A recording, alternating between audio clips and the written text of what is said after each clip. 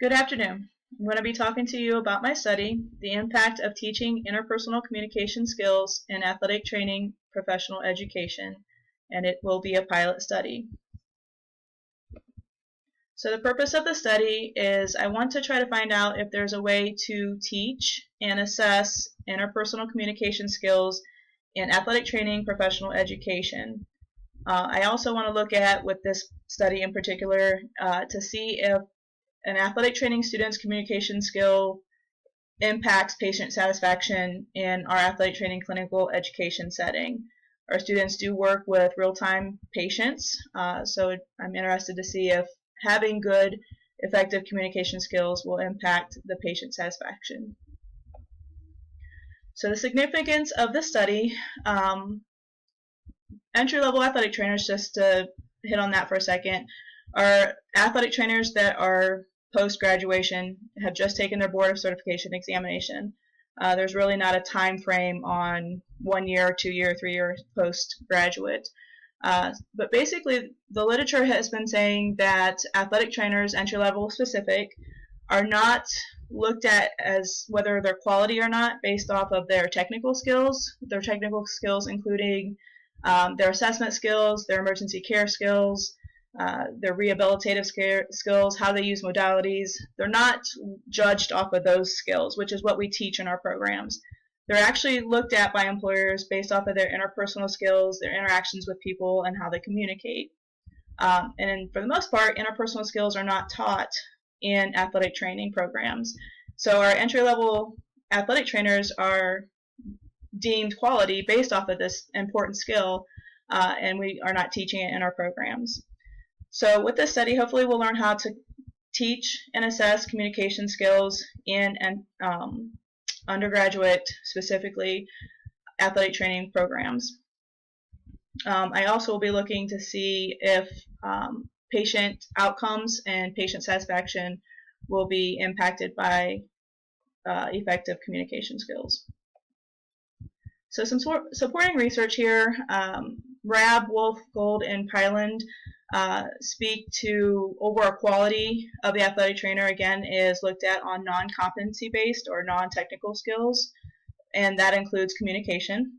Massey, Strang, and Ward state that employers look at entry-level athletic trainers' technical skills, and that they seem to think that those are adequate, but that communication skills are underdeveloped and they are not adequate. So basically in the research so far, there is limited research on how to teach and assess communication skills, although in the research it looks as if it's a very important skill to have. Further research states, or Armstrong, Walker, and Geriel state that clinical education is a setting where such skills should be taught and practiced. These skills can be, building patient rapport, communicating, showing concern, which are some skills that we're going to look at with this study. And then Aldrett, again, supports the notion that athletic training student, new graduates or entry-level athletic trainers lack interpersonal communication skills, which employers are looking at. And she addresses them as oral and written communication, interpersonal communication, and those are some of the highest ones that employers are specifically looking at. Some terms, I'm just going to hit on a couple of them. The athletic training student is one who has not fully met all the requirements to take their board of certification examination. So again, this could be undergraduate students or graduate students, because there are master entry-level programs out there. It's actually where a profession is going. But this study specifically is going to look at the undergraduate athletic training student.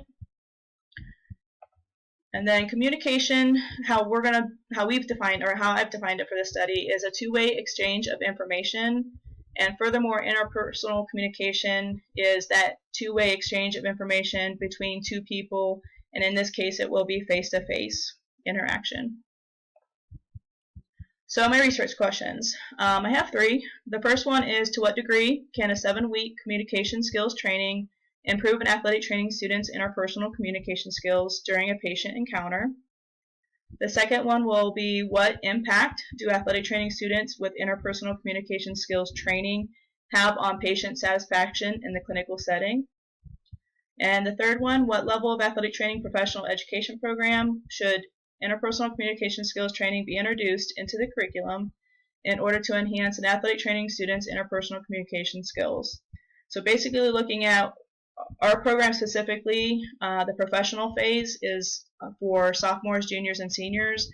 Which level, a sophomore level, junior level, or senior level, should these skills be introduced to the students in order for them to practice and assess them, in order for when they are entry-level athletic trainers to be competent and have effective communication skills. So what you want to hear about is the research design. So hopefully it sounds like I know what I'm talking about with this portion of it. I'm doing a mixed methods research approach to gather, analyze, and interpret data. So I'm using a quasi-experimental design. We use pre-test and post-test, both a treatment and a control group. And basically what I'm going to look at is everything with the treatment group, who is going to receive communication skills training, compared to a control group who does not receive any training at all over those 7 weeks. Both groups are going to be pre-tested and post-tested with a patient encounter. What I will be doing, so I'm not biased in any way, is I will not be doing the actual communication skills training. I will be looking on as the observer though, so I'll be doing non-participant observation, and then I will also be using surveys for the study. So I'll be observing, not interacting during the patient encounters that the participants will be doing. Standardized patients. Standardized patient is a pretend patient, if you will. It's a patient who will be trained on an injury, and they will act out as a patient would with the signs and symptoms and history to be assessed by our students, which will be the participants. They will also be filling out surveys after the assessments, both pre and post testing. The student who will be assessing the patient will do a self-assessment, both pre-test and post-test assessments. A lot of assessments here. And then following the study, so after all pre-testing, post-testing, and the 7-week communication skills training is completed, our student athletes that come into the athletic training facility will complete a patient satisfaction survey. The participants will be athletic training students at the University of Mount Union, and there's some statistics here for Mount Union. They have to be in the professional program, so again, sophomore through seniors, for next academic year, so the 2017-18 academic year. And basically Mount Union's a small private Division III liberal arts institution. Our males and females were pretty much split as far as that goes. I'm hoping the max sample size I will be able to get for next year is 29 based off the students that will be on our program.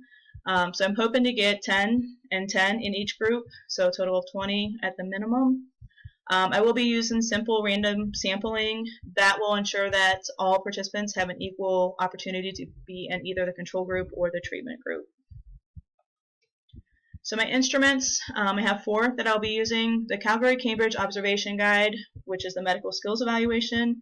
That will have 4 components looking at 71 communication skills.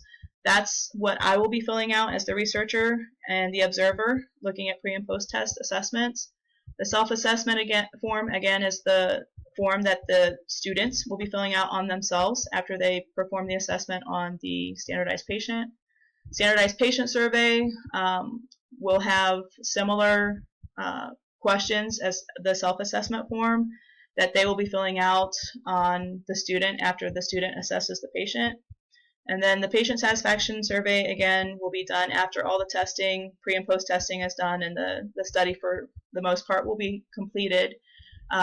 Real-time patients that have been treated by our student athletic trainers will fill out patient satisfaction survey in regards to communication skills that the students hopefully will have, especially if they're in the treatment group. Data collection procedures. So how I'm going to start with this is late August. I'm going to train the standardized patients and the research assistant. That will hopefully take about 2 hours in late August. The students, research assistant, and standardized patients will participate about 7 hours is roughly what it's going to take early September for pre-testing. Over about the course of 7 weeks, the treatment group will receive training. It'll be 2 hours per week. They will receive interpersonal communication skills training. So a total of 14 hours. All of them, both control and treatment group, will be post-tested in mid-November, early to mid-November. Again, this will take about 7 hours. So each student, each participant in the study will do a 20-minute patient assessment on a standardized patient for a similar injury. And then again, the patients in the athletic training facility that are in the facility at the time of post-testing or after post-testing, so mid-November to the end of the semester, mid-December, will fill out a patient satisfaction survey that will take about 10 minutes. All right, so how I'm going to analyze the data. Research question 1, which again is looking at can a 7-week communication skills training improve an athletic training student's communication skills? Quantitative analysis, I'm going to be looking at an independent t-test and comparing the scores pre-test to post-test on the Calgary Cambridge Medical Skills Evaluation for both groups. So what I'm looking at here is the score that the treatment group, for example, received pre-test to post-test. Did the post-test scores improve, looking at the difference between the two scores, as well as the control group. My assumption here is the treatment group receiving the communication skills training, their scores on this evaluation hopefully will be higher. The mean scores, so looking at descriptive analysis or descriptive research, the mean scores for the self-assessment and a standardized patient survey for both control and treatment groups will be looked at to look at an overall change between pre and post testing. And then all the forms except for the first form, which is the Calgary Cambridge Medical Skills Evaluation, they all have comments that people can leave the comments based off of each question. So that'll be the qualitative portion of the study, is looking at the comments that the standardized patients and the students or the subjects will leave on there, looking for themes and codes. Research question number 2, again, I'm going to be using an independent t-test, looking at the patient satisfaction survey. So this question addresses, can athletic training students with interpersonal communication skills training, what impact will they have on the patients in the clinical setting? So I'm looking at the scores of both the control and treatment groups from the patient satisfaction surveys between the groups, looking at the overall scores of the treatment group versus the control group to see if there is an impact on the treatment group who has had the training on patient satisfaction. Again, there's open-ended questions, comments that we'll look at for themes and codes for those. And research question number 3, I'm looking at the mean scores of the Calgary Cambridge Medical Skills Evaluation for each cohort. So I'm going to take these skills evaluations pre and post for each cohort. So sophomores, I'm going to be looking at the control group versus the treatment group and to see the difference between pre and post testing of the sophomore group to see what their difference is. Same with the juniors and same with the seniors. And I'm looking at the biggest difference between pre and post scores on the Calgary Cambridge Medical Skills Evaluation. Basically looking at to see which group has improved the most, to see if that's the best place to introduce communication skills training in the curriculum. Again, my assumption here is the sophomore level there'll be just about the same difference between each groups, meaning that we could introduce it as early as sophomore year. Some assumptions that I have, honesty of the subjects when completing the self-assessment form. I'm just assuming that they will be honest with that. I'm assuming that there is confidentiality with the treatment group. They're going to be learning a lot of skills and techniques. Hopefully they don't share those skills and techniques with the control group, which would skew the outcome. And then I'm hoping that the research assistant will do the prescribed protocol that I'm laying out for the communication skills training over 7 weeks. So with 15 seconds left, I hope I did explain everything to the best of my ability that makes it sound like I do know what I'm doing for the study. If you have any questions, I would look forward to hearing back from you. Have a good evening. Thank you.